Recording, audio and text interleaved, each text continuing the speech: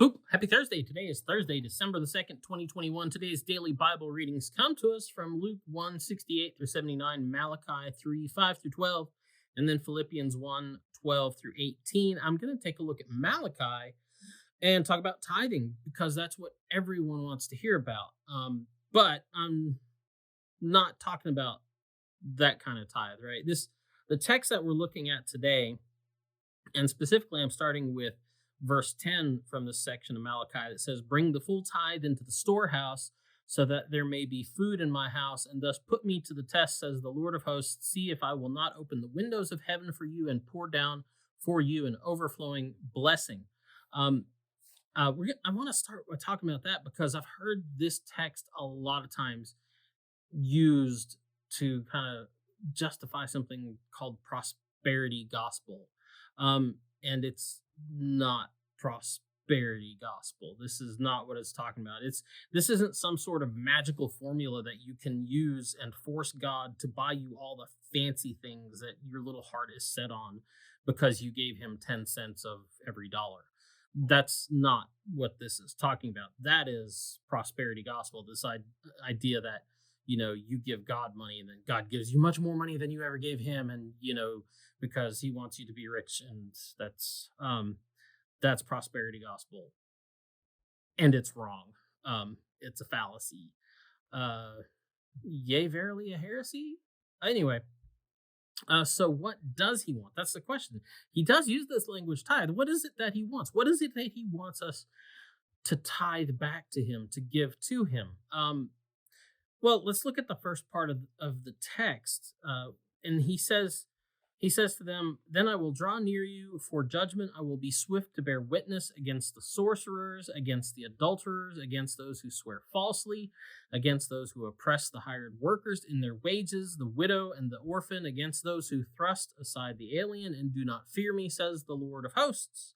For I, the Lord, do not change. Therefore you, O children of Jacob, have not perished." So what is it that they're doing that has him so displeased? What is driving him to bring this swift judgment and justice? The only reason that they're still around, he says, is because unlike you, I don't change all the time. I'm still a patient God. Because if I weren't, I would have gotten you for all these things. I would have just gotten rid of you by now because of these things like sorcery and adultery, lying, swearing falsely, false witness, things that are just flat out, he says, like don't do, in the 10 Commandments, and then things that we should be like on board with because we talk about it all the time in this culture, but oppressing the hired workers and their wages, abusing and oppressing and not taking care of widows and orphans, the alien in our midst. He's not talking about ET. He's talking about the stranger, the person who's not a part of your land. This person from the outside who needs help. He's like, you oppress them, you shove them aside. These are the things that really have him hot under the collar. That's what's driving him to judgment and justice. And like he says, it's a good thing for you I'm patient because I should have just been done with you by now. What he wants is for us to return to him. What he wants is for his people to return to him, to restore to him the tithe. And he says that if they'll return to him, he'll return to them.